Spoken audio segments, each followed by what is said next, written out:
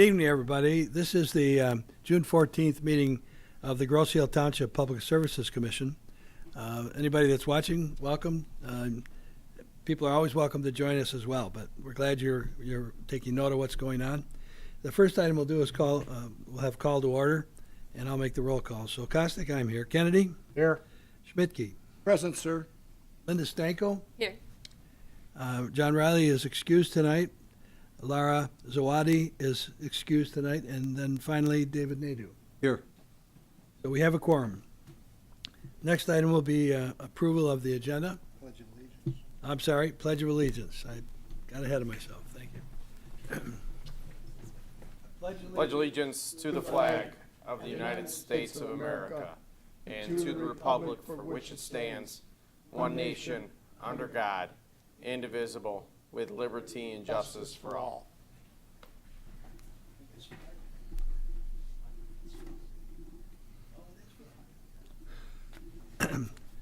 So before we go on to the approval of the agenda, I want to introduce Linda Stanko, our new member, and at our next meeting she'll have a name plate in front of her.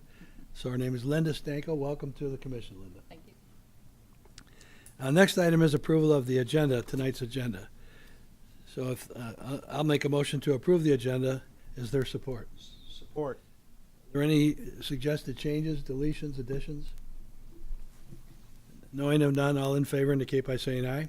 Aye. Agenda is approved. Next, item number 5 is approval of our minutes from our May 16th meeting. I'll make a motion for approval. Is there support? Support. It's been moved and supported the May 16th minutes be approved. Are there any comments, suggestions, changes, whatnot? Chairman, did you had a minor change? I did. Page 7 of the packet.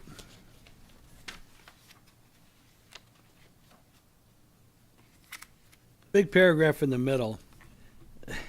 And Katie helped you with these minutes, I know, but boy, they're very, very detailed minutes. At any rate, if you read down where it says item number 16, Commissioners' Reports, I guess I must have talked too much because that's a big paragraph, but there's a word, as you read down the first word of a sentence on the left-hand margin, there's a word that says falter. And I think the sentence says that by 25-26, the road request, there is no net increase in taxes from the 2 proposed millages. And then it says the road request will falter off. That means fall off. You see the word falter, Derek?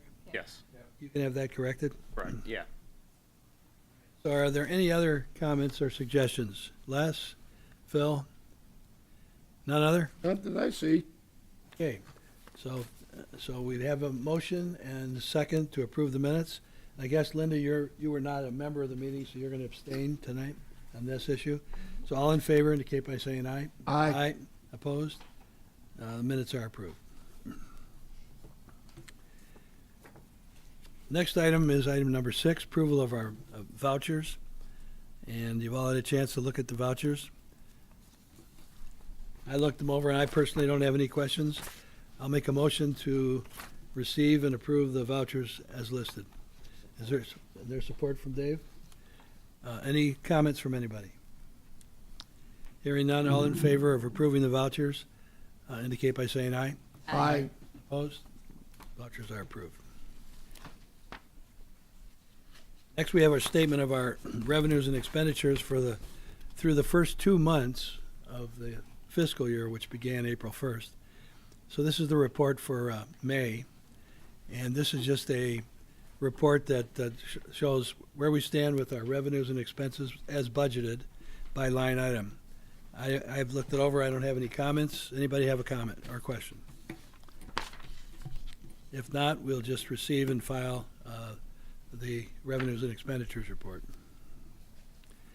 Next is the treasurer's report.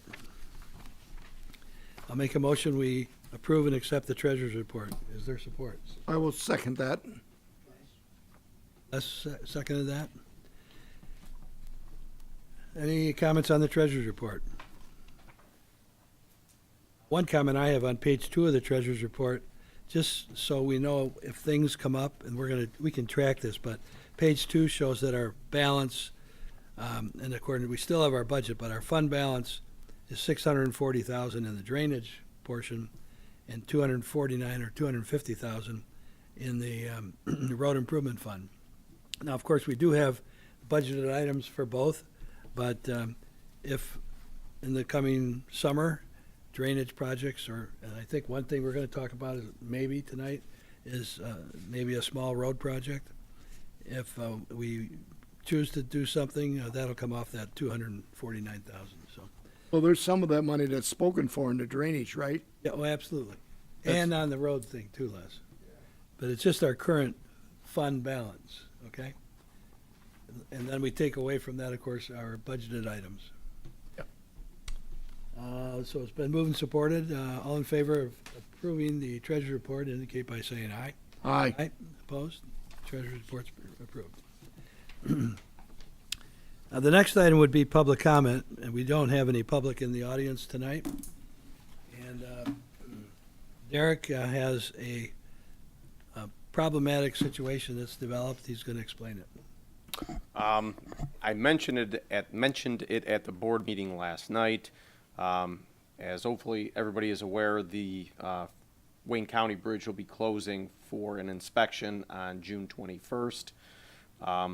Because June 21st lands on a Tuesday, which is our second day of our trash service here within Groseal, we had to make modifications to the trash service for next week. Working with our trash hauler, we came to a decision to modify the trash pickup for next week to go from a 2-day pickup to a single-day pickup. So all trash will be picked up on on Monday of next week rather than Monday and Tuesday. So all trash pickup will be done on Monday. To be able to allow for a single-day pickup, we had to make reductions in the service level, and what that basically means is recycle service and yard waste service will be suspended for next week. It will only be trash service. So residents with recyclables or yard waste will have to hold on to those until the following week. All services will resume on the standard schedule that we keep, Monday and Tuesday, and yard waste, recyclables, and trash. With Priority Waste Logistics and the various communities they supply service to, they weren't able to shift a pickup on a different day.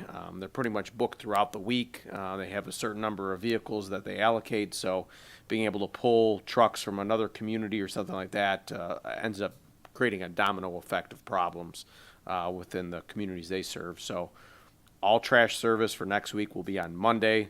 And hold on to your recyclables and yard waste. That won't be available next week for service. We've put out notifications on Code Red, so anybody that subscribed to that would have received the message last Friday. It's been placed on Facebook, on our web page. We wanted to get those notices out last Friday to make sure that if any residents had yard waste, built up, or they were doing projects this weekend, or chose to do projects this weekend rather than next weekend so that they had an opportunity to get rid of it this week. We wanted to get that notice out last Friday so people were aware of that. Where we might run into problems is if you have a scheduled yard service through like a private contractor. A number of our residents, their contractors place the yard waste from their yard service at the curbside.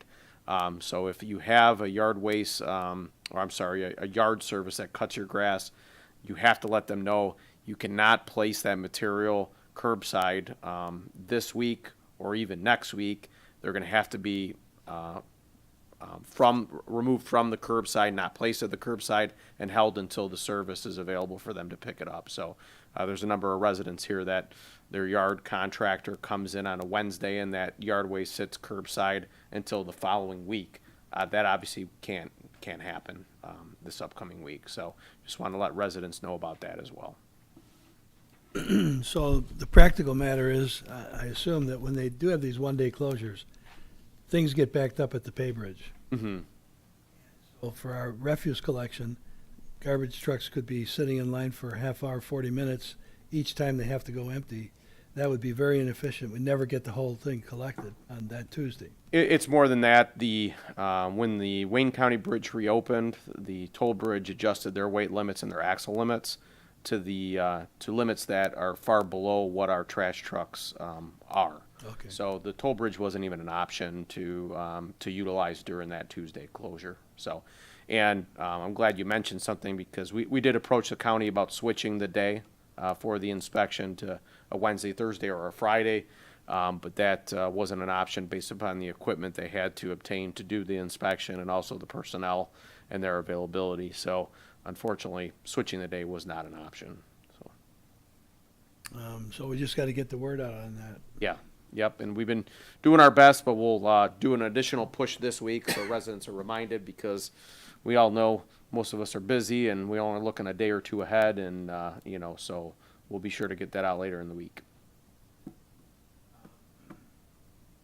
But I know only a few people come in the building, but you're going to post something? We can, sure. Priority Waste was also going to put out a Facebook post as well, in addition to ours, letting residents know of what, what is going on. They have also asked that, and this will be in the notice that they're going to put out, if you have any bulk waste, let's say you're throwing out a couch or something like that, please wait a week to do that, because they're going to have their hands full just doing the single day pickup island wide. Usually they allocate, I think, 3 trucks for trash, 2 for yard waste, and 2 for recycle.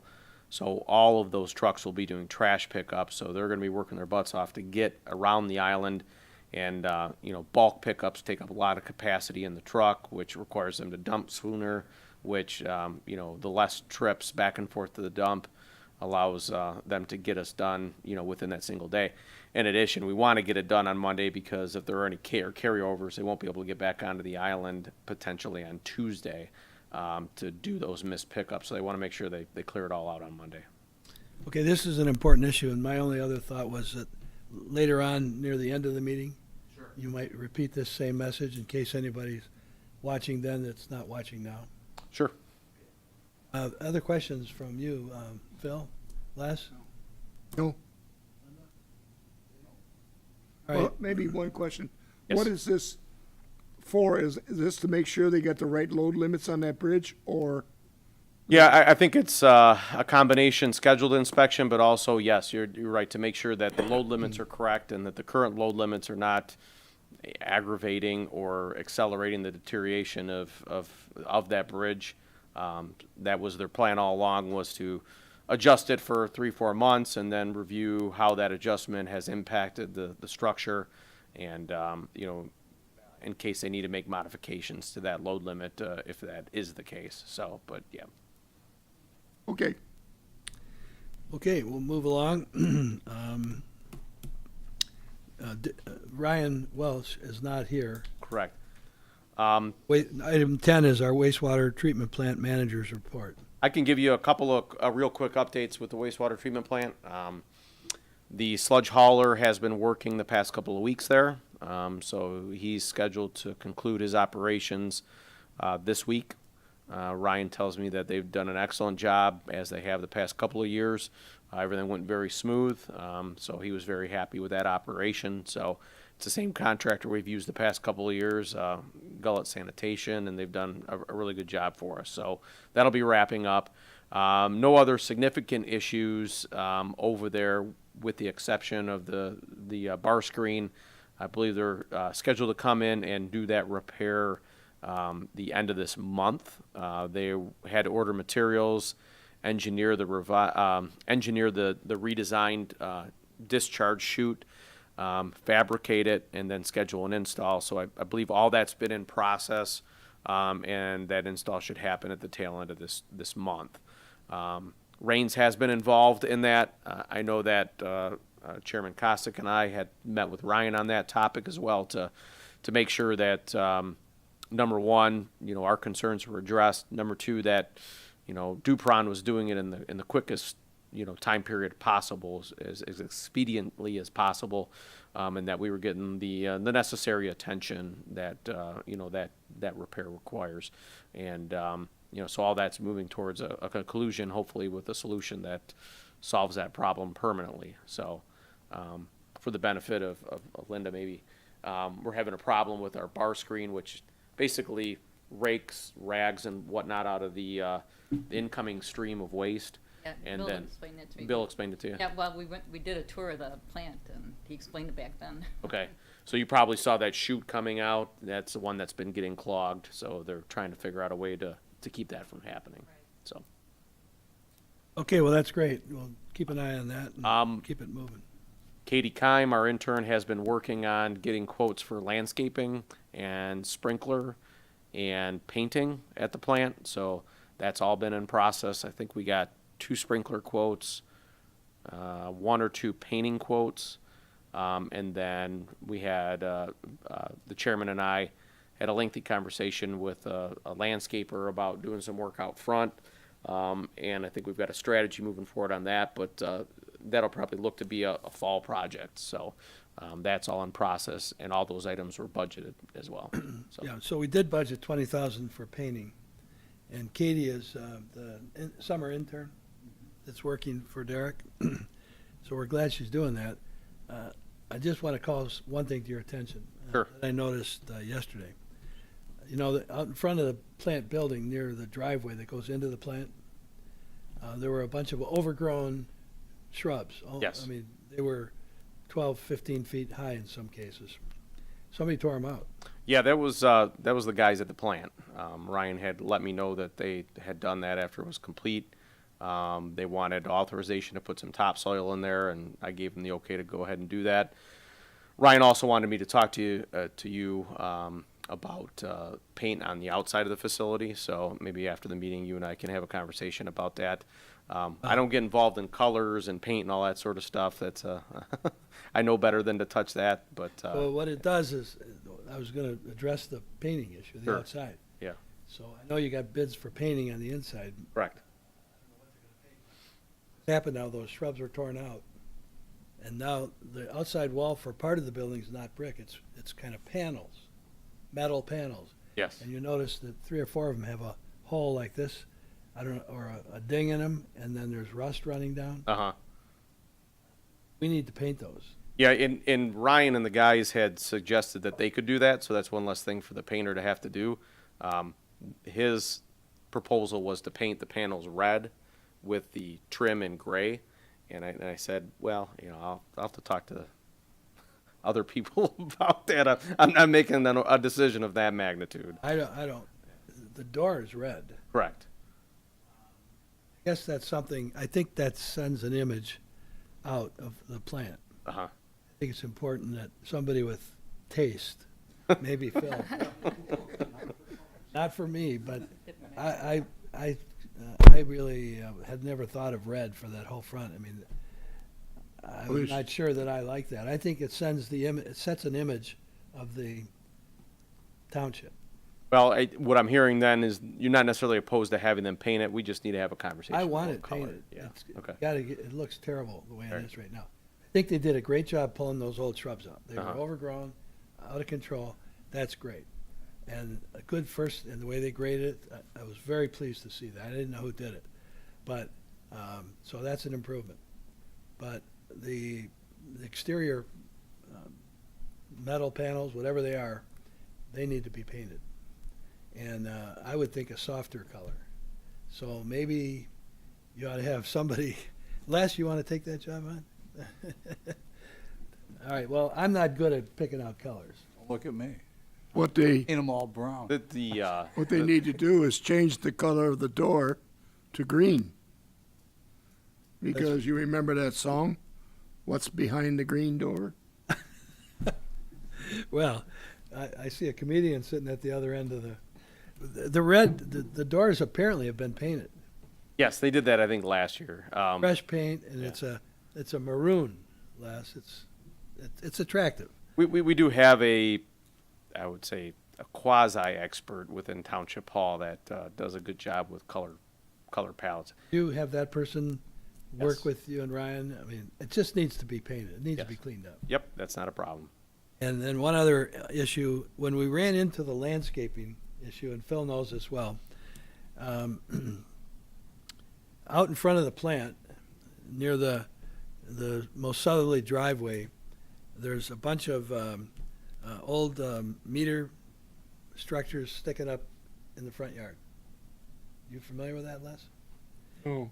And last summer, there was some old half-dead shrubs around it. Those have been cleared out. Now, some of them are growing back again, but we had an idea, and Phil, you were there with me, to kill all the vegetation, and instead of spending a lot of money trying to landscape it and maintain it, put a very decorative fence structure around those structures in the front yard. Kind of break up the front yard a little bit. And so Derek got the fence company in, and they came up with a decorative fence. Did you ever get a proposal from them? I forwarded along to them the type that we were interested in. I have not heard from them on the price.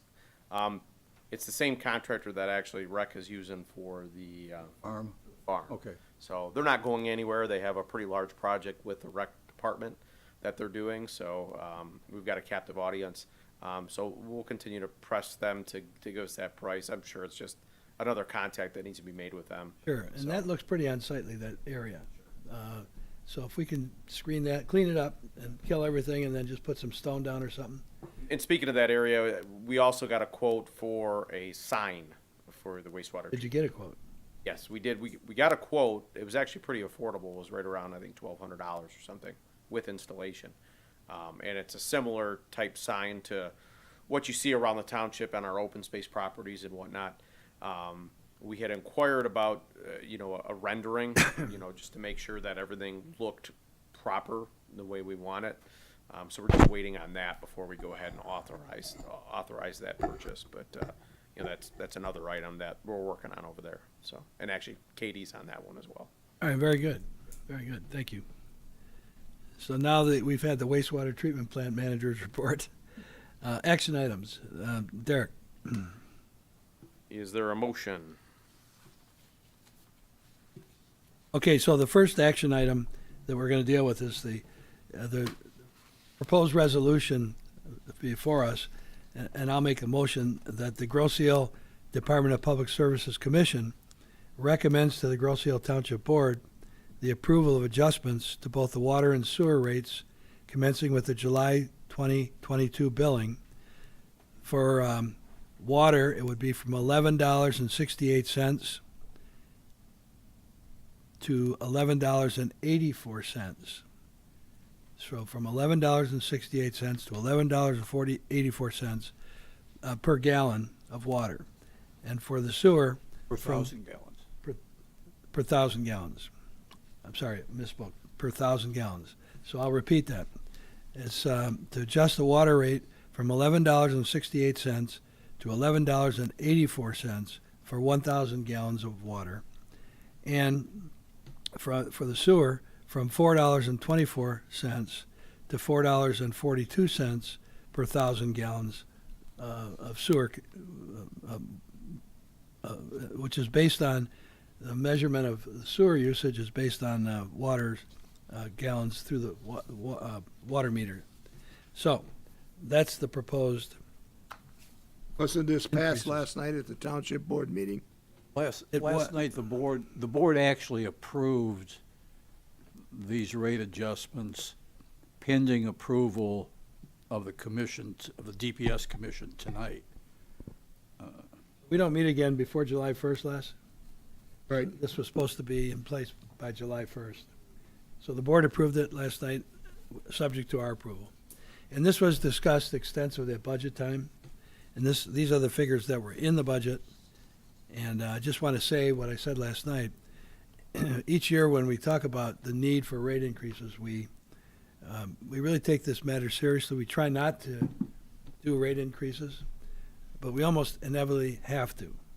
And the water case, and I'm going to let you explain this, in the water case, we're just passing along what we anticipate is going to be our increase from the Great Lakes Water Authority, our wholesale. What we supply. know to be our increase. What we know. Yes. So go ahead and you explain why we're doing both. Sure. You gave a good explanation as far as the water rate. Each year we get a rate adjustment calculation from GLWA, based upon a lot of different factors, but it never goes down. It usually goes up. It always goes up.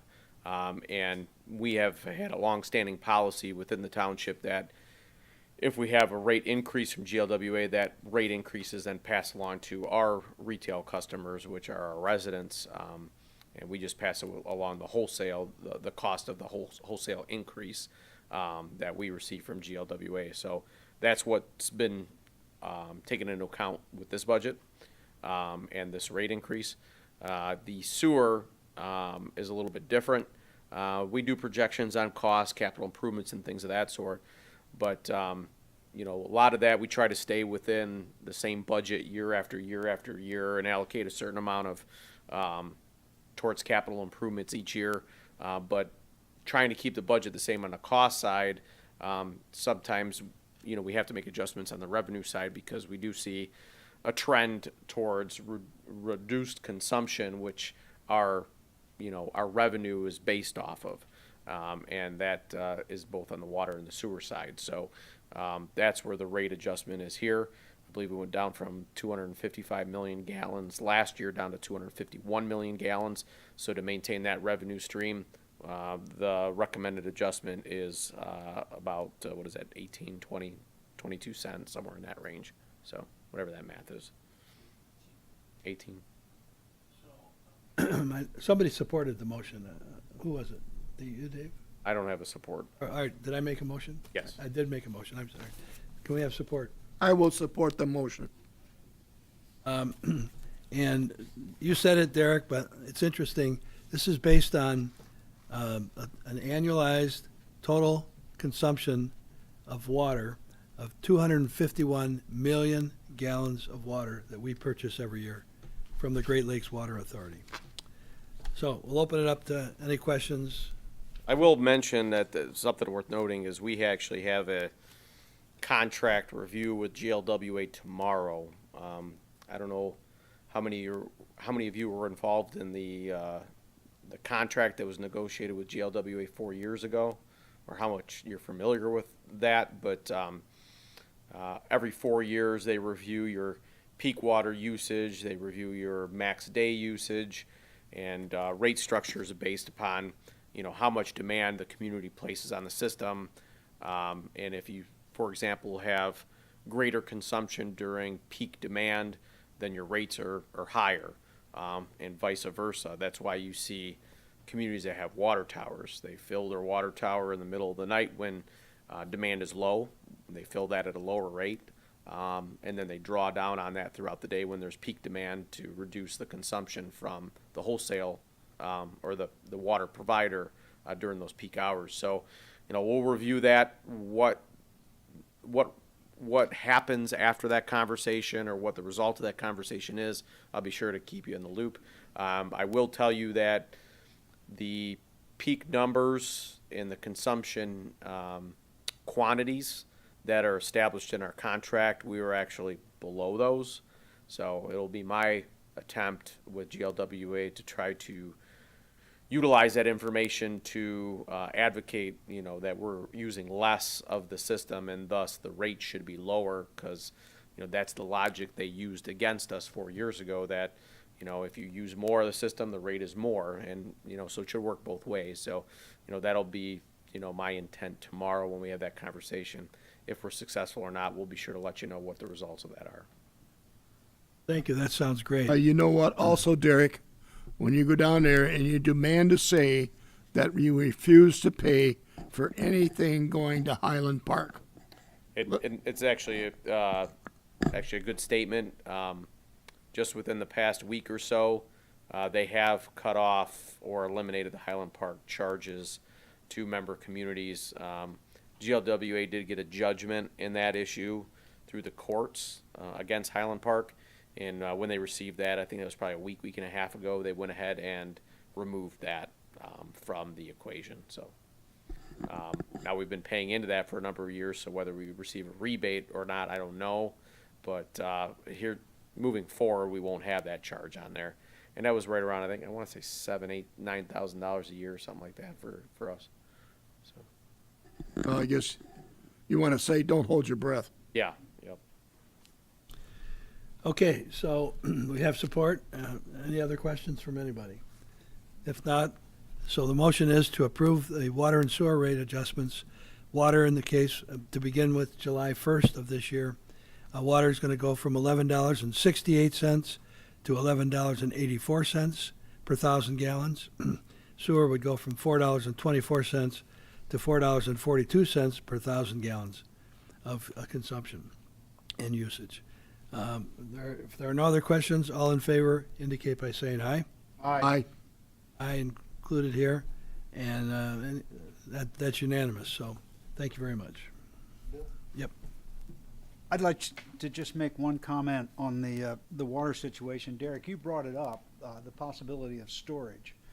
And 4 years ago, we were doing some preliminary discussions along those lines, and the decision was we would wait and see where we are, see what GLWA does with us and what have you. I think we should probably be looking into that, just the feasibility of it. At the time, the decision was made, well, let's just wait, because we were just signing the contract, and we wanted to see how it went with them and what our costs would be. But I think we ought to have an analysis of what would the benefit be of 1 million gallons of storage on the island, amortize that over the lifetime of the tank and what have you, and the maintenance of it and so forth and so on, and see whether it's worthwhile Yeah, and proceeding. I know the township has looked at this numerous occasions. I want to say in 2010 this was reviewed as well, or somewhere around there, 2008. I think then we were considering actually our own water Yes. treatment plant at It that was point. right around that time Yeah. period. Yep, and I don't know if I might be able to locate the file to see what exactly. Not to say that it'd have to be updated, obviously, because costs have all changed. But see what kind of work they did on that. The other aspect I think we could probably figure out pretty quickly if it makes sense, based upon what GLWA would do to your rates if you were able to adjust them or adjust your consumption in the way that a water tower would allow you to. So during my conversation with them tomorrow, maybe I can broach that topic with Yeah. them. Sure. I know that the water treatment plant was ruled as not cost effective because we had nobody to partner with at the time we actually really signed the contract with Great Lakes. I mean, at that point, everybody else had signed 30-year contracts, and that situation became moot. But the storage was discussed, and it was decided we would wait. And now it's probably a good time to revisit it. Sure. You can meld that into your conversations with them. Sure. Thanks. I think that's a great suggestion, and The, timely, Phil. Some of the seminars that I went through over the years had water tank maintenance, and the bottom line was we got out of some of these seminars, if you don't need a water tank, don't get one, because it can be a real headache, not only on the inside of the tank, but maintaining the outside of the tank. And I've gone to numerous AWWA regional meetings where they've had people in there discussing water tanks. And they're a real headache. And we used to have a water tank here. We used to have 2 of them. Matter of fact, 3 on Gross Hill. We have one here on the airport. We had one on Macomb Street, and we had one up at the toll bridge. And Detroit told us, you don't need those towers because we can supply you with all the water you need. Trenton had one, if you guys remember Trenton's water tower. It was just south of the viaduct. It was a huge water tower. They told Trenton, you don't need that, cut it down. So, here a neighboring community got rid of their huge water tower, so take it for what it's worth. Well, I think Bless you. I think the discussion stemmed around the fact that if there was even though there's backup for the pumps from Detroit, generators and so forth, but by having 500,000 or 1 million gallons, if we had a crisis in the Detroit system, we would at least have some water on the island that could be used for emergency purposes, whatever. So that was the thought. But I think it's worth looking at. Yeah, that's what I think we ought to just keep our eye on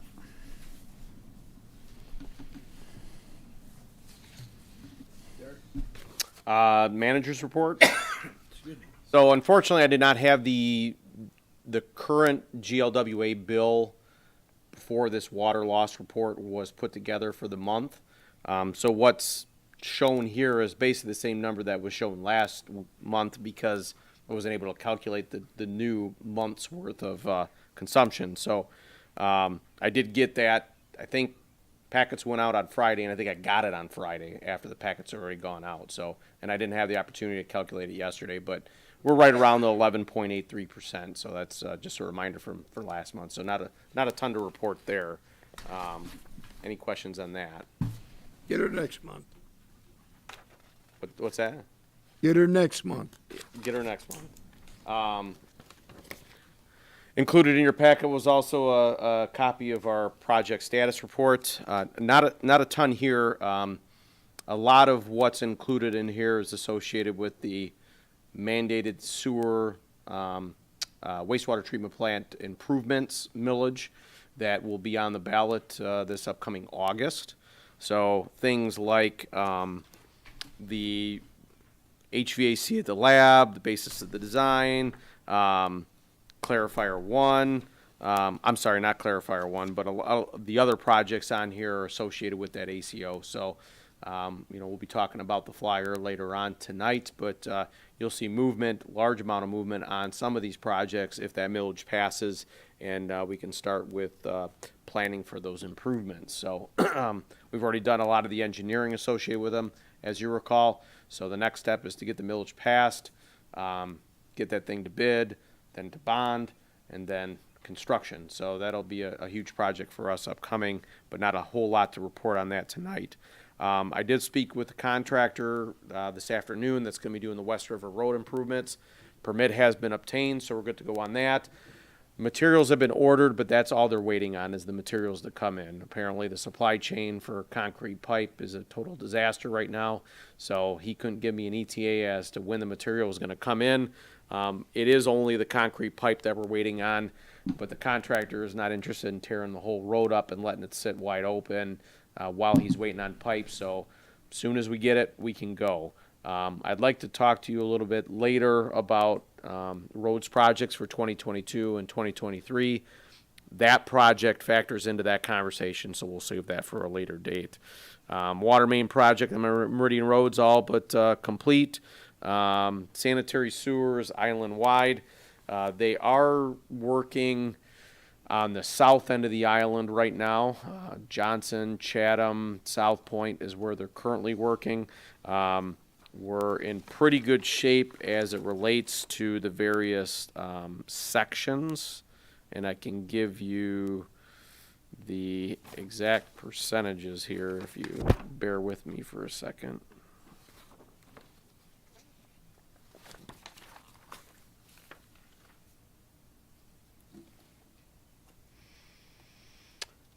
So total we're at 66.5%. So there is some portions of section, the various sections that still need to be done, but they've been going through and kind of patching those in.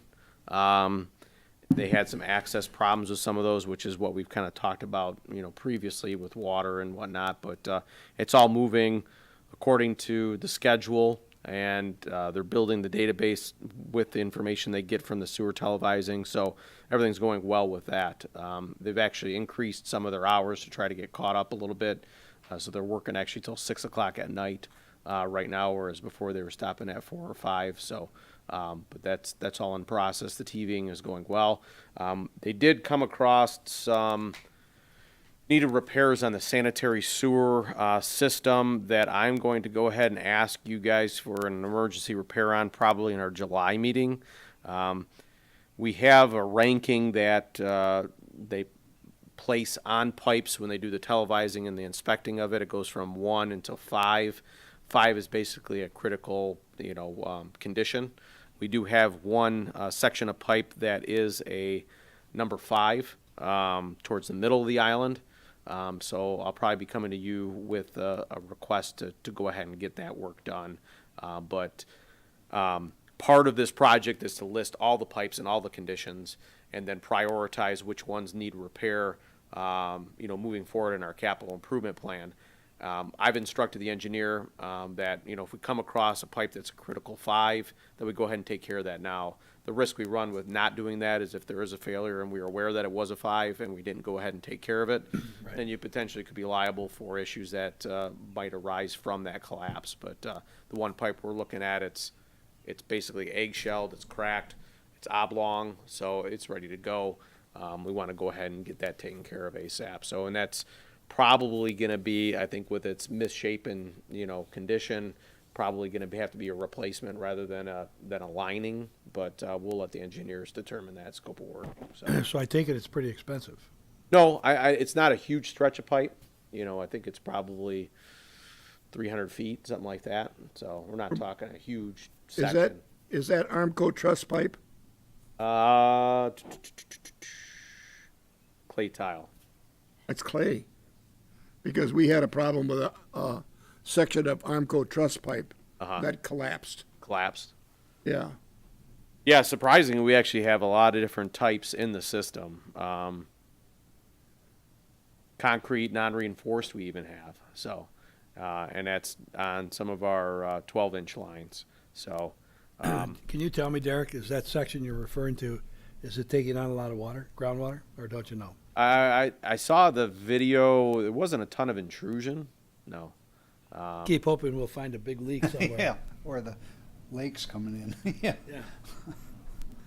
I know that when they were doing some televising over here by the Commerce Park, they did notice some stormwater system maybe connected to the sanitary sewer. They couldn't get a camera down it to see where it was coming from until things dried up a little bit, so they're trying to locate that. But John referred to it as the one we were looking for, but we still got to figure out where exactly it's coming from and what the cause of that was. So we'll see how that pans out. Because But, if we could find a big source of stormwater coming in that's unusually high, yeah. that would help the volume that's going through the wastewater plant. Well, and they've been working from the north to the south. So as far as, I don't know if elevation has any indicator on the likelihood you might find something as you decrease in elevation across the community. You get closer to the river elevation, maybe you have some more I&I. So maybe the likelihood of finding something might be greater at the south end, but who knows? So, Yep, but okay. that's why we're doing this. You know, Yep, that'll yep. make sense. Bill? Yes.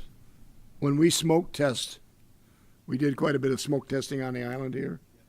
When we smoke test stuff here in the airport, there was smoke coming up all over the place. I don't doubt it. I mean, you know yourself that prior to 1972, people could connect their footing drains into It the was before- sanitary sewer. And before that, they stopped it. 'Cause Stopped it then, yes. Yeah, before that, because Richard Slegay tried to stop them, and they almost fired Richard because he said, you can't do that, it's in the sewer ordinance. Well, then they got him to look and said, oh, wow. And the first person that had to put a sump pump in was Tony Kraus, and he built his house up on Bridge Road. He wasn't happy. It's happened ever since, right? The materials for clarifier number 1 were ordered. So Ohio and Rains will be bidding out the installation of that. So that's in process. And then Donna, myself, and John Keim met with representatives of Hydro Designs or Hydro Corp. I forget what exactly. They've changed their name over the years. Hydro Corp. And we discussed the institution of the residential backflow prevention system. So they're currently working on that, getting all the information together to start that. So obviously there's going to be some growing pains associated with it. So just want to let you know that that's not sitting on the shelf. We got approvals. We're moving forward with it. So it's in process. So Back to clarifier number 1 at the plant. yes. We bought the equipment. We're going to bid out the contractor to install it. We were happy with the contractor last year, right? Or no? Contractor installed. We're gonna bid it out. Still, were we happy with that contractor? Well, we're gonna bid it out, so. Yes. Weren't happy then. So. I never heard any feedback. So they did get it done. They did get it done. And it yes. works. So. Anything else? That's all that I have. John Keim is not here. Is there anything? Nothing from John to report. He's been working diligently as he always does. He carted around the dust control operation a week and a half ago or so. So that's been complete. Wayne County came in and graded, went ahead and did the calcium chloride application. We are on the list with Dust Bond as far as on their schedule. I think they said they have 7 on the list, and we're number 3, and they'll get to us as soon as they can get to us. So we contacted them right after it was approved by the board. So we're just waiting on them at this point. So Road projects, discussion item. yeah, so if you recall in the budget, we got about $95,000 worth of funds available to do something within the township. Really kind of have 3 options, in my opinion and in John's opinion. We can crack and joint seal. Riverview has a current contract we could piggyback on, so there wouldn't be any cost with bidding that work. We could just go ahead and, assuming the township board authorized it, just piggyback on their public bid, which has been kind of a common practice downriver to have one community bid out that work and everybody just kind of piggyback on their bid. The other option is to add quantities to the paving portion of the drainage work on West River Road. We're going 300 feet each direction of the crossing, the stormwater crossing in those areas. The proposal would be to extend those limits and utilize road funds to extend those limits. I asked the contractor tonight how far that would get us. He was going to work those numbers up for me. I can pass those along to you to let you know how far 95,000 would get us based upon the price for paving that's within that project. The third option being to go ahead and just bank the money and not spend it and save it till next year and do a different project. So those are our options. I wanted to kind of discuss if you guys have a preference one way or another regarding those 3 options. I think that in talking to the contractor, he had indicated to me that the unit pricing that we got for paving on West River Road was a pretty good price. Obviously, I would confirm that with the engineer to make sure that it is, market. And I think it'd be nice to go ahead and extend those limits. If we could get enough to be able to potentially connect the locations with those funds, that would obviously be ideal. Or extend it in the directions that would take care of the worst areas, I guess, out there. So, those are the ideas. Once again, I don't know that you have a preference or not. That's why I wanted to bring it up tonight and see what your thoughts were. Seems to me if we can finish off West River, and that's, assuming that that's, sufficient to do that project, then that takes it off of our list. That wouldn't. No, it wouldn't That's even not come enough close. money to come close. That's just still a small portion of West River. You're talking. If you said the contract's 300 feet from the center line of the new culvert, Correct.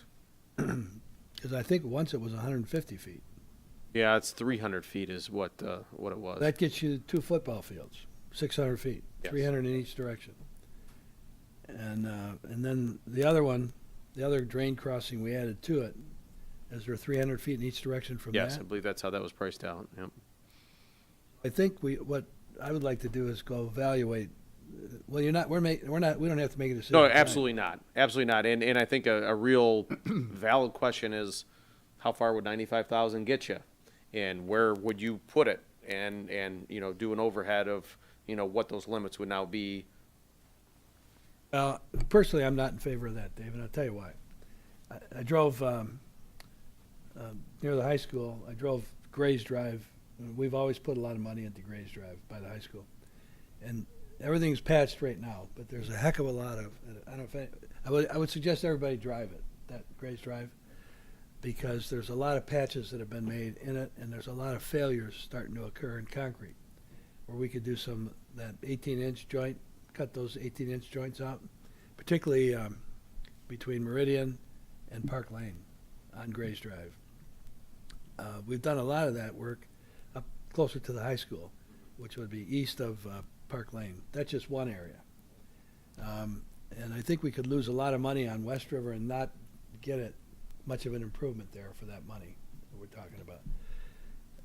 I almost would rather save some of the money, do what we think is important, and save some of the money so we can do something bigger next year, because we're not going to get a lot. I think the figure's down to $85,000 that we had available, based on the additional cost on the dust control. I think it was 95 because we were at 110, and then I think we took 15 of it. Right, I won't argue with that, but so whatever it is, it's not a Right.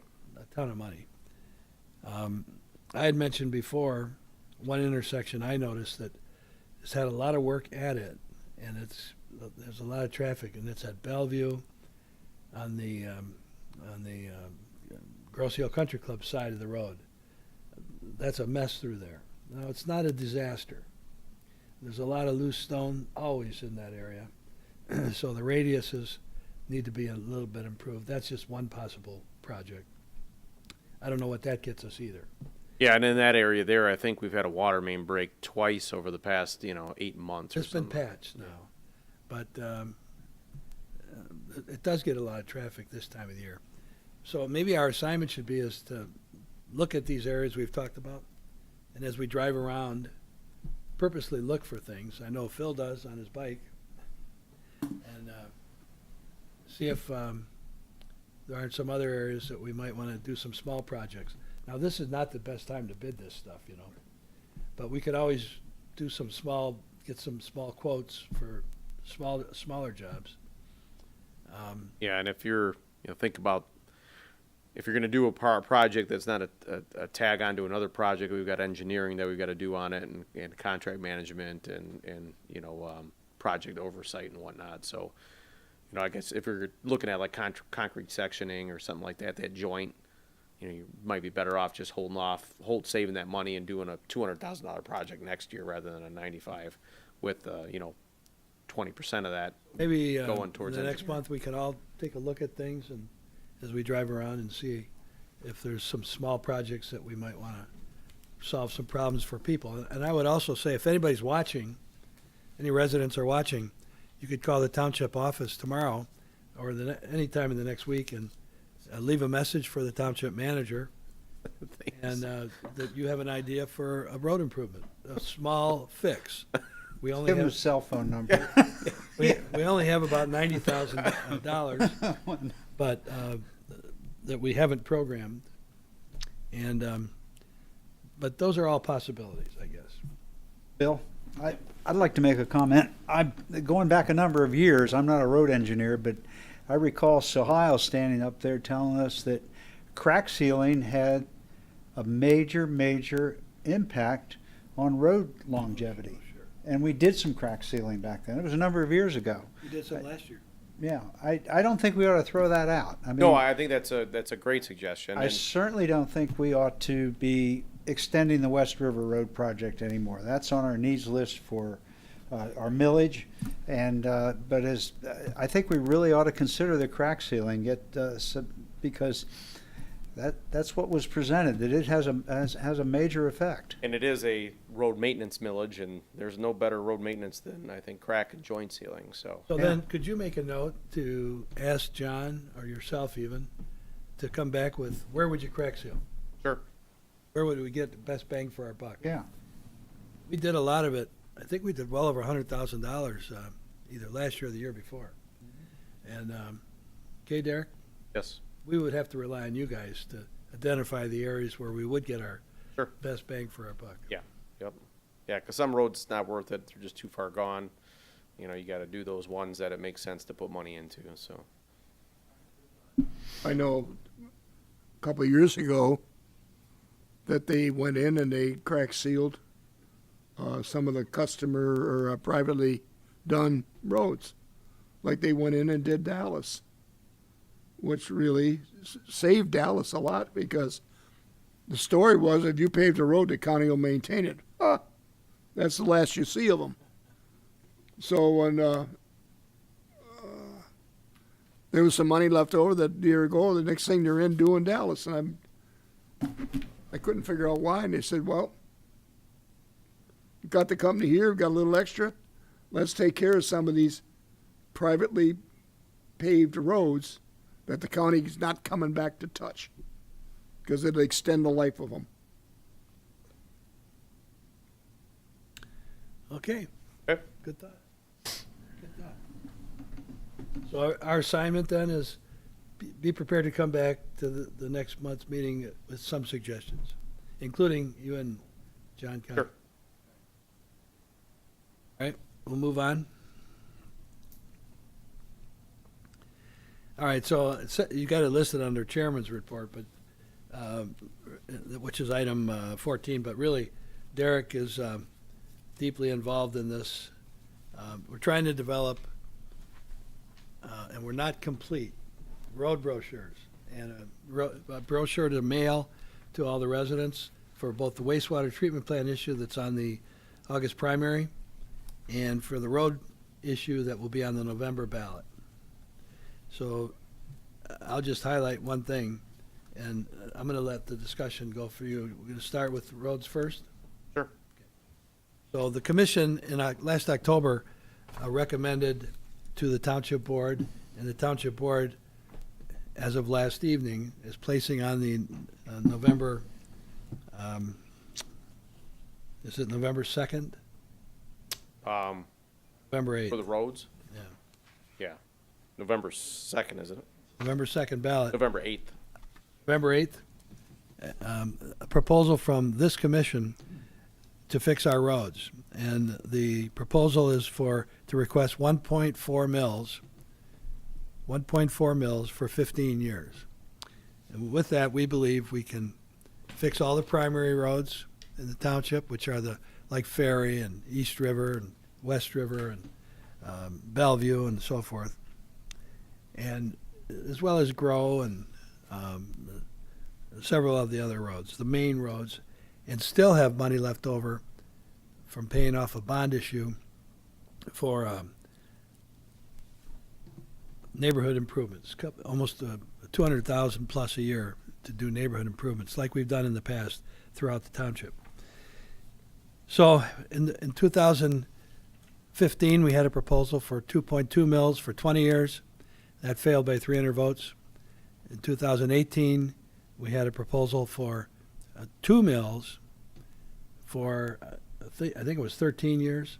That failed by 300 votes. We were asked to come back with a recommendation because our roads just aren't getting any better. And I'll just say this, the roads are all owned by Wayne County, and Wayne County hasn't programmed much money other than our bridges. Thankfully they have for the bridges. But they spent $15 million on fixing the county bridge, a little over $2 million to fix the bridge that goes to Mesa Island last year. And then the bridge over West River Road at the county bridge was another couple $1 million. So this commission concluded that we believe that we're not going to get much more out of the county. And hopefully we'll get bridge work. They are programming, and I wasn't even aware that it was in bad shape, the bridge over the canal on Meridian between Ferry and Grow Road to begin fixing that this year. By the end of the year, we anticipate or hope that they'll start that work. So with that's basically where this commission's been. And we're going to prepare, what we're going to talk about next tonight is a mailer that's going to go out and detail all this information, the mailer that would go out to all the residents explaining this. And also I want to indicate, I'll take this opportunity to indicate, It is also proposed that at all the rest of our meetings, our July 12th meeting, we always meet on the second Tuesday of every month. July 12th, August 9th, September 13th, and October 11th, we're going to begin our meetings with a public presentation about this road proposal. And we're going to invite people to come in.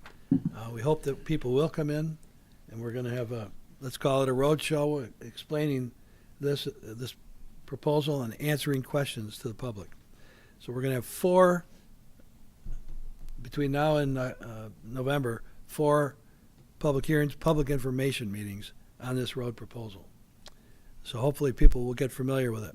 In the Island paper that just came out, Trustee Carl Betcher wrote a full-page article about our road conditions and outlined this road program. So that information, I call your attention to that. It was mailed free to every mailbox in the township. So what we're trying to do is work through the language here. And this is pretty rough at this point, but Derek, I'm going to turn it over to you. Bill, you made a great explanation as to what's going on here. Bill and I had met earlier today and kind of went over some additional modifications to the language to kind of clean things up. I do want to let you know that this isn't the actual format that it will go in. I mean, it'll be a similar format, but it'll be far more professional. You know, we go with a printing company that goes ahead and does the art on it and the design on it and puts it into a very professional looking document. No, not dissimilar to what you guys had done, you know, in previous years with your mailer. So, you know, what our job is to give them the content, and then they will go ahead and make it look pretty for us. So, and that will happen as soon as we get the language, you know, finalized. I wanted to go ahead and modify the document to the most recent version after I had a conversation with the chairman today, but wasn't able to go ahead and get that done. If you want, we can have a conversation about it tonight, what changes you would like to see, or we can wait until I have those changes made tomorrow and email it to you, and then you guys can kind of make comment what you would like to see. That's up to you, whatever direction you want to go with it. But I guess if you have general statements about the design, maybe we handle that tonight, and specific verbiage items we can kind of address after I give you the most recent version tomorrow. It's up to you. Well, why don't we go around just looking at the road thing and ask everybody what if they have something that jumped out at them at this point. Sure. I had a lot of things that jumped out at me, and I sat down with Derek for about an hour today and went through them. But everybody's going to have a different opinion what this should read. Sure. So with that, do you want to go page by page, or just ask, like Dave, do you have any suggestions for this? Well, I've gone over 3 or 4 versions of this over the last 2 weeks, I think. But I'd rather see it with your comments, because there were a number of them. So we're at least starting with that. Okay, But I don't think that we can. I don't think we should, or I'd rather have it emailed so we can go through the latest version and make ours, and then get those back to Derek so he could get all of those comments incorporated. That'd be my preference. Okay. Linda? Well, I think communication is wonderful. It has so much good things in here. It's long. And, you know, we talked about this before. People don't seem to read flyers anymore, especially if they come in the mailbox. But it's great that every person gets a chance to. I was thinking maybe Grosedale Now has like 7,000 people on it. Maybe keep reminding people either to read this or put something on there like bullet points. People just, my husband doesn't read anything on paper. Everything's got to be online. So it's, you know, it might be something like that we think of doing. Time is a big thing. You know, you want to start now. Well, that's a good thought. We'll put it on Grosse Hill Now, I think. Oh, for sure. Can we Sure. do that? Yeah. So, in your other comment, Linda, it is long, but remember, the type is is Oh, large. it's big, yeah, exactly. So it's Yeah, not it the definitely type needs it's to be gonna be. condensed, yeah. And when they, like even the photos, when Derek goes to the printer, they're gonna have a designer. So it's The thing it's about gonna, Wayne County but is it that- shouldn't be any longer. Right. Yeah. It should be shorter. And the point about Wayne County is imperative, because everybody thinks that Wayne County should be fixing all the roads. Right. So that is imperative, that people know that.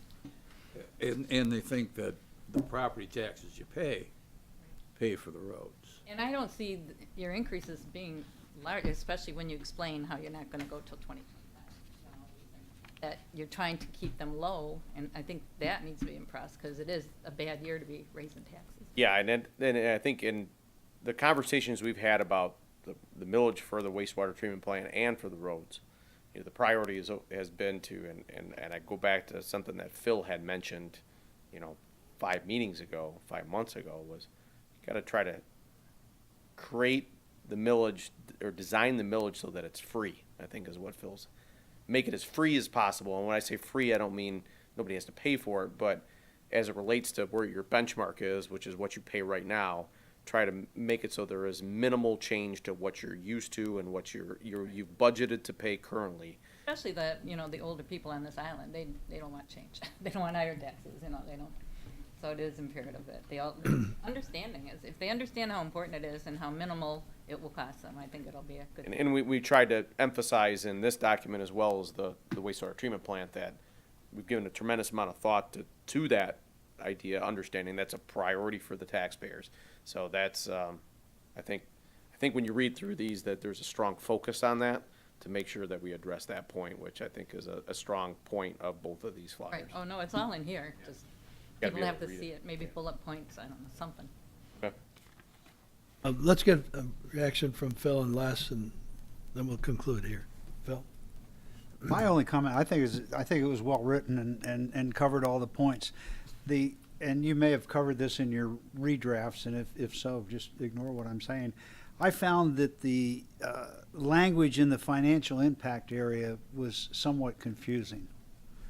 I understand what intent is, but I think we could reword that to more indicate that the impact of this millage will be mitigated by the falling off of the other millages, as opposed to saying we will utilize a portion of these millage reductions for the roads, because we're really not.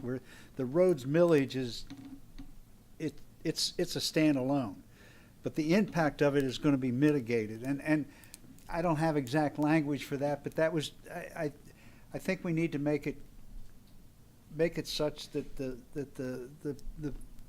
residents and the voters that are looking at this clearly understand what's really happening here. And I think maybe you and the chairman are telepathically connected, because I think when we talked about it earlier today, that was one of the suggestions that the chairman had was, you know, modifications Yeah, to if that I'm jumping verbiage. ahead, just say, No, wait for my email.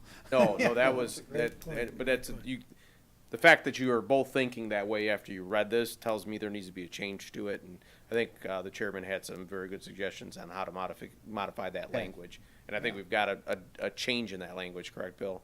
I mean, my only other suggestion would be modify it, read it again.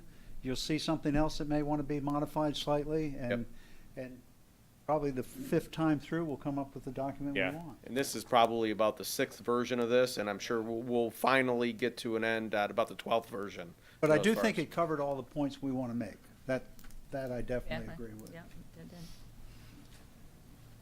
it did. Les? Yeah, I agree with what Phil is saying. I've gone over this, and it's well documented as far as the points and things what we want to get across. Okay. So that's the first blush on this, right? Anything else to say on that? We'll go to the wastewater. No, I do want to just make a real quick comment that, you know, we want to be careful in these documents to make sure we're stating only fact. The information that's contained in here is proven by multiple sources, and that we're not making any kind of assumptions or statements that, we're not proud to be making and can't stand behind. So, we tried our best to kind of to make sure that, those concerns were addressed. Because the last thing I want is a resident to say, the stuff that you had in here isn't exactly the truth or isn't accurate, or here's some different information, relative to this that, contradicts what you're talking about. So a lot of thought was given to making sure that we were proud of this document, so. Good, Mr. Chairman, to that point, Derek, and I just saw it now. Excuse me, there's a comment in here that says, township officials have designed the road millage to, okay. I don't know that it's township. I'd rather it said the DPS commission. And was that one of our changes, Bill?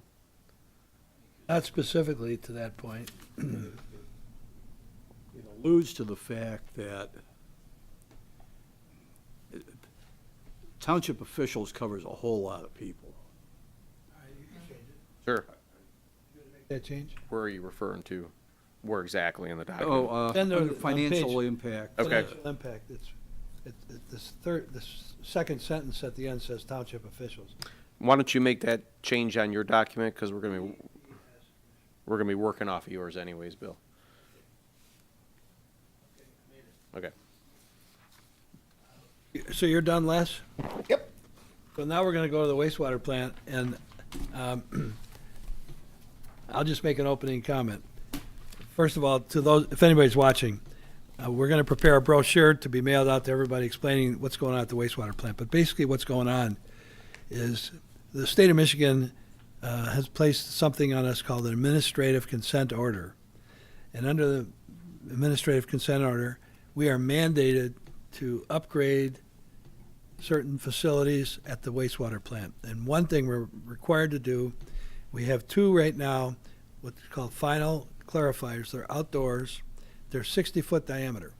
They're concrete structures about 10 foot deep, the water. So after the water is treated before it's put into the Trenton Channel, it goes through these clarifiers for a final cleansing, and we have to add a third one. And that's about almost a $5 million project alone. So this wastewater treatment plant requirements, we're going to sell a bond issue for about $10 million. Now, there's a lot of components to that. One is the clarifier that I mentioned, the new one we have to build, then all the piping to connect it to the other clarifiers in the plant.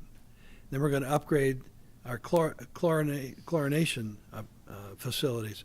For example, after they go to the final clarifiers, then the water is all put back in a piping, and it's chlorinated before it goes out into the canal.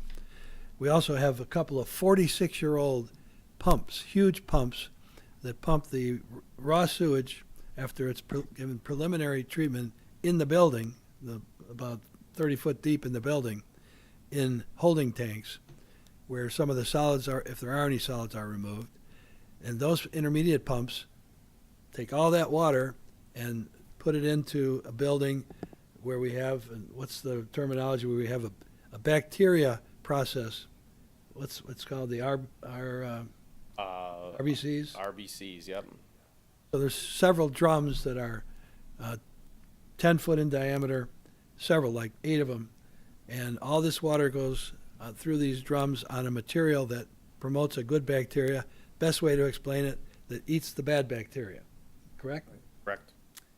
And then from there it goes to the other clarifiers. So there's a lot of improvements. Remember, those two pumps are over $1 million, and they're 46 years old that we're going to replace. They've been working, but it's time to replace those pumps. So anyway, we have all these required improvements that we have to make at the treatment plant.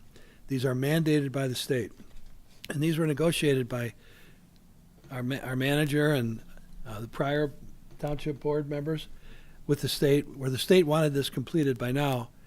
But we said, in the years 2024 and 2025, the sewer debt we've experienced from 30 years ago, 20 years ago, is starting to fall off. If we were able to get an extension so we could do this project in 2024, 2025, the impact to the sewer system and the taxes people pay to support that debt would be sort of nullified, because we're going to create new debt, but the old debt's being retired. Is that a good way to say it? Yes, and the new debt is less than the old debt, so The new debt would be less than the old debt. substantially less. So in terms of what people are paying today net for sewer debt on your property taxes, in the future, it would be less. It'd still be a new $10 million, but it would be spread over 20 years. And so we need to explain that better to everybody. And we are going to have a public information meeting at our July meeting on that. And that July meeting will take place in this room, the second Tuesday of July. And it'll be July 12th at 7 o'clock. We're going to have a detailed explanation. And anybody who would like to come, you're invited. We'd like to have people come to that meeting. So with that, we have several photographs in this, and the first one that jumps out at me is the top one that shows the existing wastewater plant. We just discussed earlier tonight that bush that was taken down, and then you see behind that bush, there's a red door, and the garage door is a red door, and then you see how dark the rest of the building is. I don't want that painted red. Right now, it's a cream color, and if you were to drive by it, you'll see several spots in that where it's got to be metal because there's rust that's running down a couple of those cream-colored panels. So whoever's going to do this got to pick out a nice color that will be mild in nature. Almost like that. I mean, we've got to have some brightness to this. You know what I'm saying? That's a great picture of what we're discussing. Yeah. So Derek, I'm throwing it back at you right now. Same scenario as the road brochure. I think that when the chairman and I met earlier today, there were far less changes to this document. I think the largest one being, he's asked for a modification in the financial impact bar chart, bar graph. So I think that, Bill, maybe you can explain a little bit what your preference was on that. I think just to summarize it, it was you would rather see the millages associated with the debt and how that's impacted? Yeah, in the past, and this is really rough, so I'm just going to show it to the commissioners and not put it on the screen. Can you see this? This is a different graph. Oh, okay. And this graph here, remember this graph? Mm-hmm. So this graph that I'm holding up right now reflects the sewer debt, the taxes we pay for sewer debt. And for example, in 2022, we're paying almost $3 million, just shy of $3 million, about $2.8 million in sewer debt. And so my thought was, let's use this to show how the sanitary sewer system debt's going to fall off, because when we hit 2024, it's going to be cut in half to $1.5 million. And to retire the debt on what's proposed for our mandated administrative consent order improvements, we're talking less than, I think our annual payments will be, for the bond debt, will be about $750,000 or less. 0.95 mil. So about $750,000, and if we're going to see a drastic reduction in that debt come off. And so I wanted to, instead of using that other bar graph, use a bar graph that just deals with the sewer debt. That's all. To explain that. In lieu of what's in here now. Well, the road issue, for roads, we'll have the one that's colored in blue. Right. Because it shows all the things that were talked about last night by the Township Board. Right. But for this case, I'm suggesting, this is just, we're talking about sewer debt. And show just the revised graph to just deal with sewer. That's my thought on it.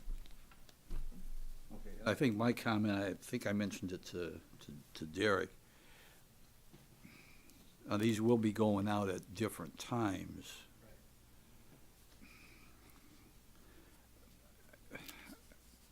I'd hate to see something going out saying we have 14.3 mils being levied, and then over here we talk about a totally different number. They are totally different cases. I understand. Okay. But I'm not sure that would be clear. I think we're putting out two documents, and I understand that they are different for different purposes. But we have to be careful of, this one says one thing and this one says another, and they're both coming from us. So I don't know, I think we need to think about that a little bit before we, Okay, well, I mean, we can talk about it some more, but. Sure. And Dave, my thought process was, for the road issue, it's showing Right. the total debt picture. Right. For the sewer issue, since we're that's where the biggest change is gonna occur in the sewer. That, to me, that demonstrates that's where we're gonna have a savings. I think it Okay. sharply demonstrates that. I somewhat agree with what David's saying. Um, We have total mills collected, and we're showing 2025, 26, 27, and we have a snapshot of millages 25, 26, 27, and they don't agree. Those two don't agree? You know about between the road millage one and this Well, one? the road millage one includes the sewer, also includes the fire. Yeah.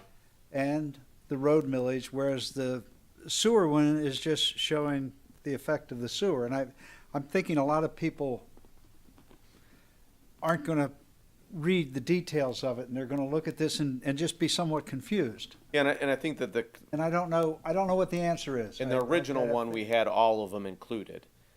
The comment then was, well, this is going out for an August primary. Then it raises the question, well, what are these other ones that they're listing on here that we are not aware of, or that, you know, haven't gone to the ballot yet? So I think what Bill's suggestion is, when you just simply show the debt levy, the millages associated, or the bonds and the retirement of those, and then the new bond coming on, you show your decrease in debt associated with sewer and how the new debt associated with the new sewer factors into that. Well, I could see in the one that we're talking about with the sewer debt, not showing the blue, just showing, as Bill had, where the sewer debt is going. Yeah, and I think that was And this one That's could my show point. it all. Yeah. and I think that was the intent. I think we were Because I think based, the way it is now, it's, So I when think this we were shows just the getting- Too similar. either the Yep. road issue- Right. This is saying if the road issue, they're gonna, both the fire issue and the road issue are gonna be Right. on the. right. I think we were gonna modify the chart that Bill showed that just dealt with sewer debt. And In other not, words, not, this would go away. that would go away. Yeah, I we can would- agree with that. Would modify it to just simply be the debt. Yeah. And it wouldn't even address the total millages. It would just be, hey, these debts are falling off at this point in time, this new debt's coming on, you know, and you'll see it actually, there's a reduction Go down. in overall sewer debt associated with the new millage. Okay. When they All right. see this one, it'll be included there, and they'd Well, still see it's going I up. mean, the problem I had is, you know, this one on the roads, it says 2022, so we are where we are, and it says 15.7. This one says 2022, and it says 14.34. Right. It's the starting point that we have, because the 2022 number, well, I'm sorry, maybe it does. But it, I have to think too hard to figure out why one is more than the other, but this one, the That 15.7 has the road includes, millage in it. the road millage, where the top of the blue is probably the 14.34. Okay. I had to think too hard to get there. And this one was, you haven't addressed the road millage yet. This is August, you know, just show how the mandated sewer improvement Right. millage impacts Yeah. the overall millage. So I think Bill's suggestion is a good one. You just deal with the debt. Right. You deal with what's attributed to sewer, and you handle it that way. It's also, it's out of order, because we're voting first on a millage that's gonna take effect later. Yeah. Second on a millage that's gonna take effect immediately. Yeah. So it's, Well, y'all have all- y'all have a copy of, for the wastewater, you have a copy of that graph. Right. Save it, and then we produce the other one, then you can compare the two.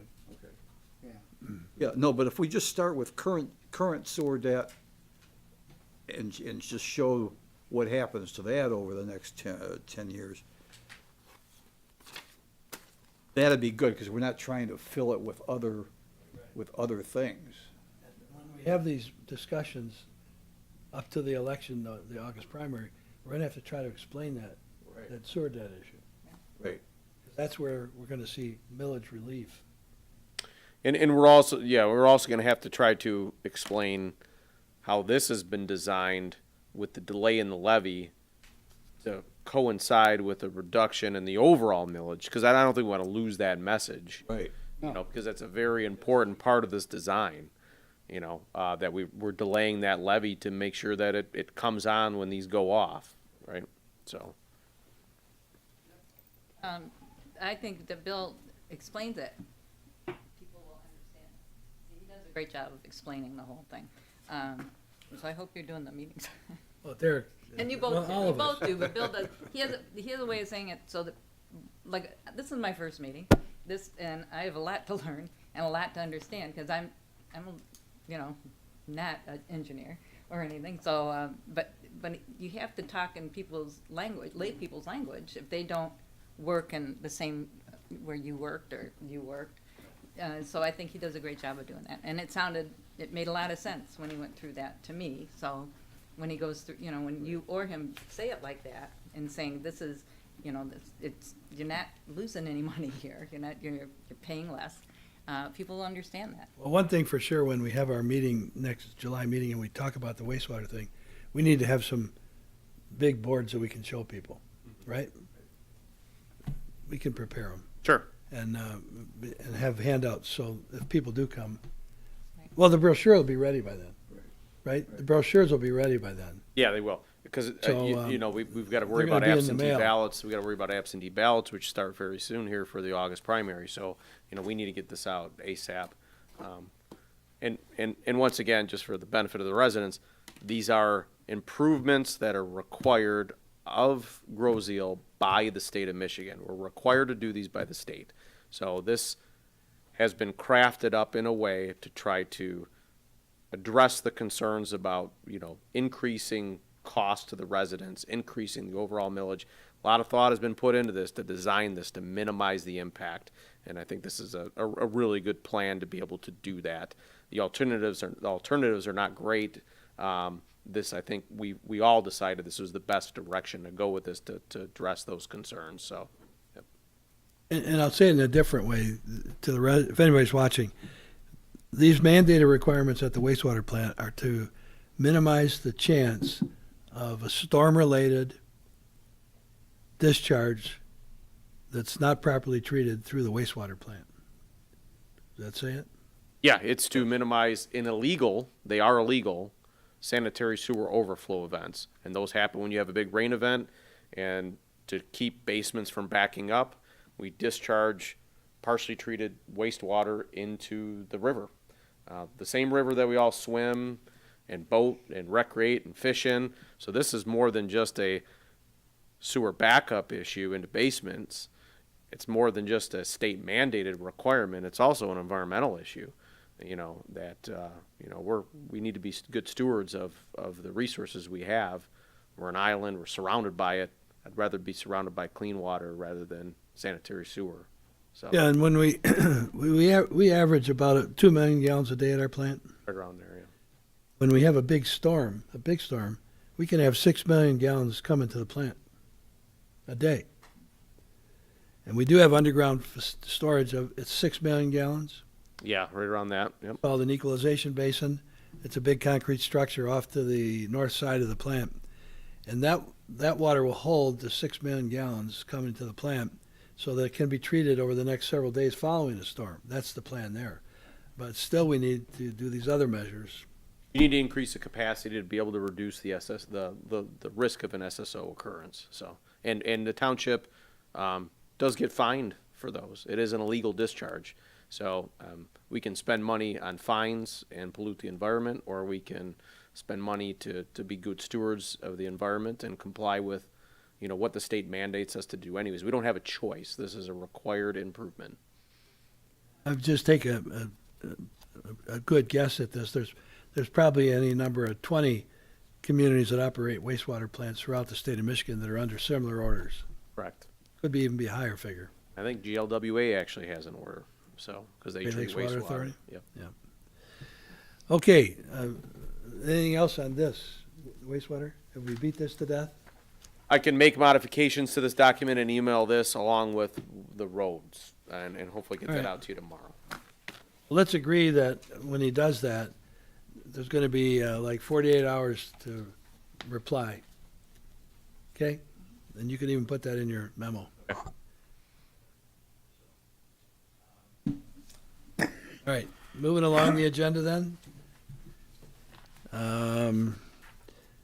That was listed as chairman's report. I actually have nothing else to report on. There's nobody in the audience, so we'll go to commissioner's report. David, do you have any comments? Just to bring anybody that doesn't know, last night's township board meeting, we did appoint a new board member, Kyle DeBose, who actually is being sworn in tomorrow afternoon. So we're back to full strength. The road millage language, as Bill said, the road millage language was approved. So what we submitted is what will appear on the ballot in November. And the wastewater, the treatment plant, that was previously approved, and so obviously that'll be on the August. And the water sewer rate adjustments were approved by the board. So with tonight's approval by this board, those will go into effect July 1st. And that's it from the township. Okay. I guess I do have one little thing. Ron Moran is the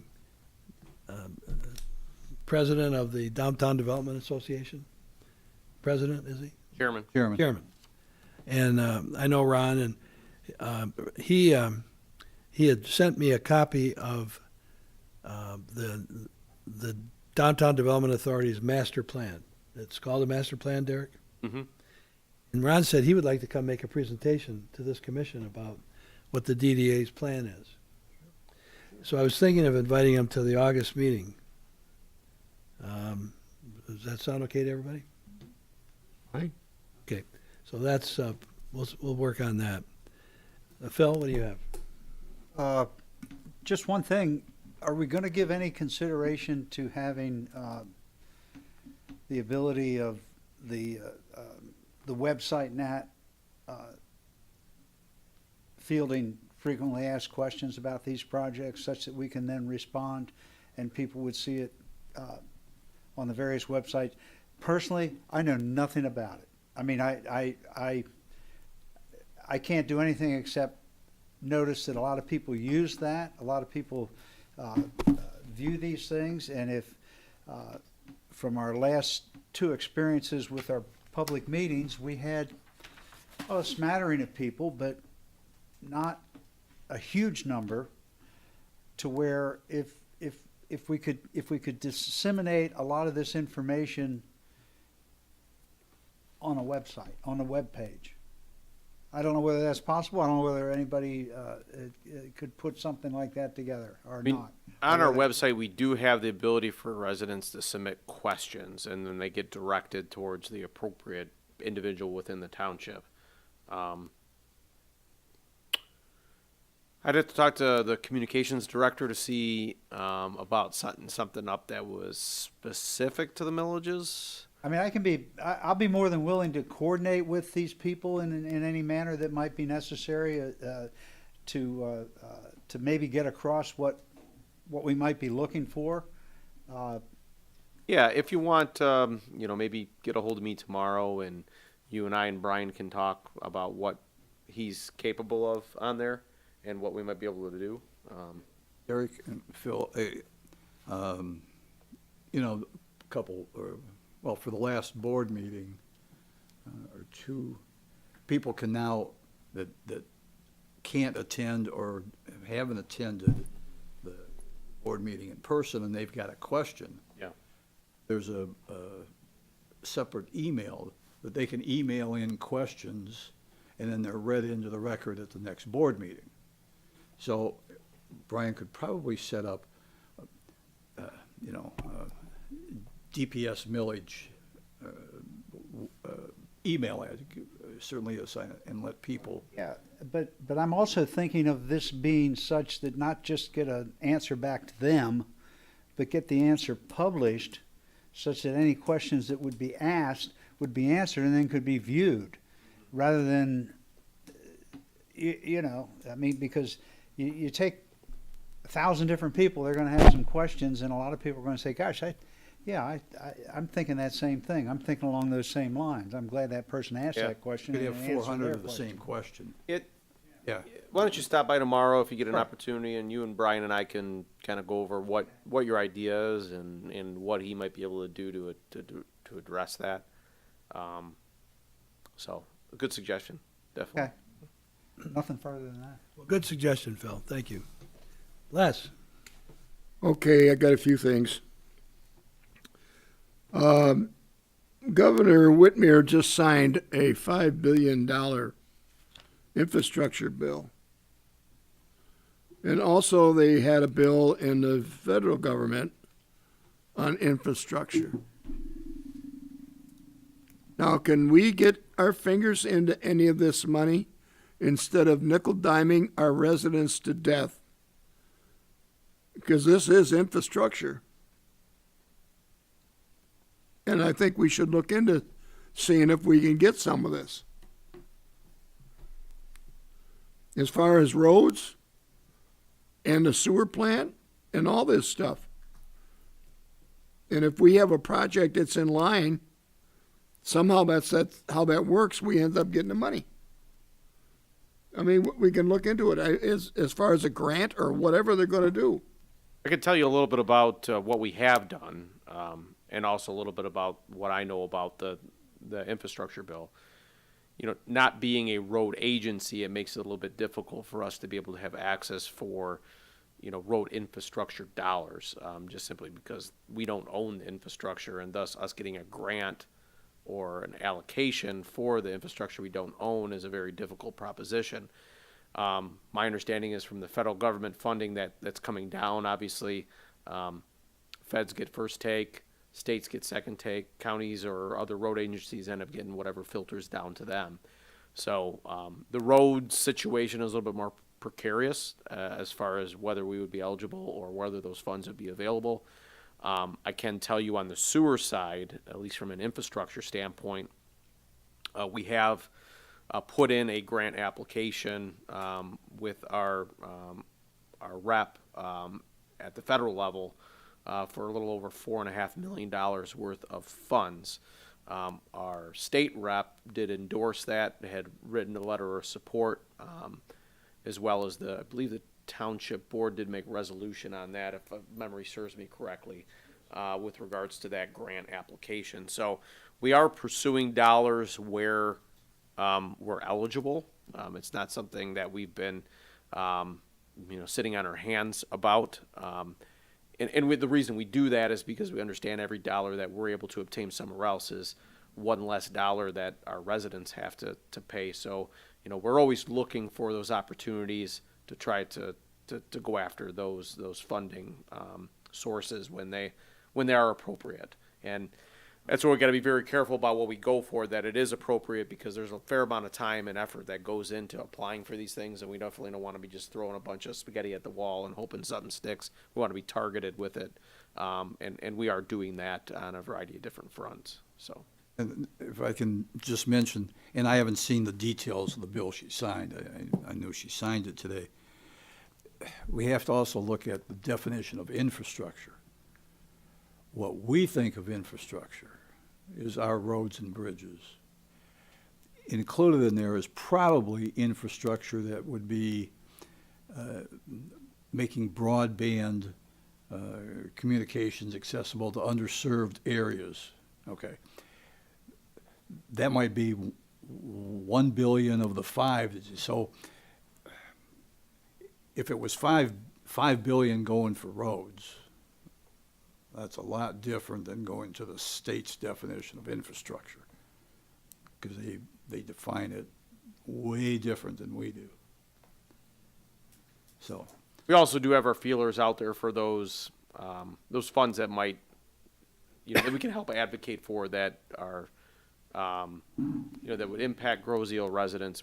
For example, I've had numerous conversations, and I know the supervisor has, with Darren Camilleri about, the fact that we have an aging bridge that, the Wayne County themselves have said that it eventually needs to be replaced. That you can never repaired enough to make it last another 100 years, I don't think. You know, advocating for funding for engineering studies for the replacement of a bridge. You know, we always have our feelers out there so that nobody can say, hey, no elected official at a state or a federal level can say, hey, I wasn't aware of Groseal's need. So we're trying to get them to work on our behalf, which they're there for. So always making them aware of what our concerns are, what our priorities are, what our needs are. You know, that has been a priority of ours here at the township, so that as opportunities come along, you know, we can have that conversation with them and then be in the know about that existing need. So, Eric, the $4 million, was it a grant application? it was a appropriations application for, you know, I don't know that you necessarily consider it a grant. There are federal appropriations for various different categories of I guess expenditures, for lack of a better term, from the House Appropriations Committees, for which I believe Dingle actually sits on one. And we tailored our application to her office to fit in line with one of the appropriations requests they were looking for. And that's the one that we pursued. So, Okay, so, and it was for the clarifier? yes. So that answers part of Les's question. I do want to raise a question. Some months ago, you and I spoke when this was first talked of, and you said, I think you said, that water main over by Voight, Yes. that we couldn't build, it's shovel-ready, Yeah. designed. Did you submit an application for that? Yes, and actually we submitted applications for our water asset management plan to request funding for that. So we do apply for grants on a regular basis, you know, based upon need, especially those grants that offset, you know, our budget, you know, budgeted costs on items that are required. So I won't say we're successful all the time, obviously, but you know, if you hit on 1 of 10, it's better than hitting on none, right? So, and especially if, you know, we're looking at $4.5 million expenditure, that, and I emphasize this in our application to Dingle's office, is every dollar that we receive from federal monies offsets the need, a portion of the need for that millage. So we realistically can reduce the millage that we levy to account for the amount of money we get out of the federal government for that expenditure. And that equates to a reduction in your taxes. So, and that is a huge impact to our residents. Not to bring in my previous employer, but Gibraltar, we got a grant for $2.5 million for a bridge. If we hadn't gotten that grant, the next year we were going to be putting a question in front of the electorate to approve a millage for the replacement of that bridge.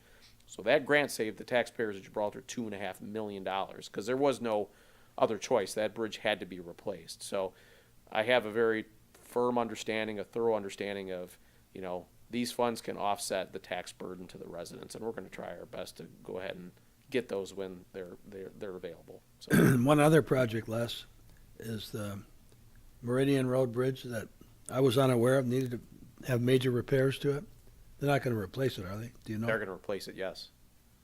So that's on the federal highway list. It's on the TIP, the Traffic Improvement Program, where it's eligible for 80% funding. So that Wayne County would only have to come up with 20% of the funding. Is that correct? To tell you the truth, Bill, I am not aware of the funding source for that. Normally, if it's on the TIP, Yeah, I don't recall seeing it on the tip, but I could be mistaken. So. when you Well, the Wayne County's annual tip meeting that they have, they also address Act 51 improvements, heavy road maintenance improvements that they're doing. They also address projects that are funded through the Critical Bridge Program. I can't recall exactly where the Meridian Road Bridge fell in on that. It very well could have been on well, the it could. You're right. It might not be, but My it's on impression- the list anyway. Yeah. My impression was it was an Act 51 funded project, but yeah. Well, and that could be funded by this infrastructure, Sure. the governor's $5 billion infrastructure program. because a lot of money is going to go into the critical bridge program. Yes, and fortunately so. And then as far as I know, I'm aware that the Ferry Road Bridge over the canal, particularly the east end of it, has a major problem. Oh, yeah, they should dynamite that.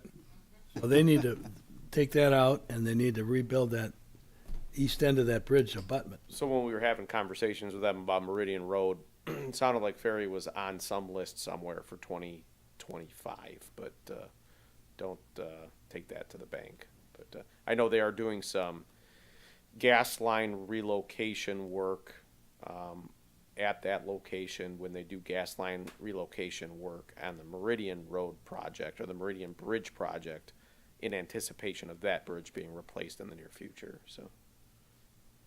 Okay. Well, Well, that was the reason why I brought up about this infrastructure bill. Because if we get money out of there, saves the taxpayers at Grosse Ile a lot of money. But at one time, I remember many years ago, we had a person hired here in the township that the only thing that he did, and I believe his first name was Larry, he looked for grants. And that's what he did. And that's how we ended up getting the sidewalk on Macomb Street on the south side. That was all put in with a federal grant that it was for senior citizens to be able to walk. And there was no sidewalk on the south side at all, maybe in spots here and there. But after Larry found that grant, we had that sidewalk. And then when we replaced the water main and put it where it was supposed to be, not next to the sewer on the north side, we put it underneath that sidewalk. So we actually had to tear it all up. And the sidewalk on the north side, that was a piecemeal here and there. And one day I had to meet with this guy from, I don't know if it was AT&T or what it was, but he had all this stuff laid out and he was showing me where to do this. And I says, well, why don't you do this? Where that sidewalk is all up and down there, why don't you put it underneath that sidewalk and then put the sidewalk over the top of it? He says, oh, that'll save us a lot of money because we don't have to do all this landscaping. And that's how we got the sidewalk on the north side of Macomb Street, because there was never one there to begin with. But anyhow, the next thing I have a question is, has anything been done about what I talked about last month as far as Swan Island? To tell you the truth, no, we have not looked at that yet. But Bill and I had actually talked about that today. So we will take a look into that. So Okay, and because we're talking about looping off the north end, correct? a couple things that you could do. You could, like I said last month, either move his tap like 30, 50, 70 feet down the road and give him a longer tap away from the dead end. Or extend the dead end over to the seawall and put a blow-off on it. Not a hydrant, a blow-off. So you go down there, just open it up and blow it in the canal. the problem, brown water, rusty water? Oh, terrible. Terrible. He's going through filters left and right. Do you know, I need to check with John to see if we have any chlorine residual concerns down that way. Because if we do, the blow off would probably be your better option, I'm thinking, versus moving the tap or extending the tap farther down the road to the south.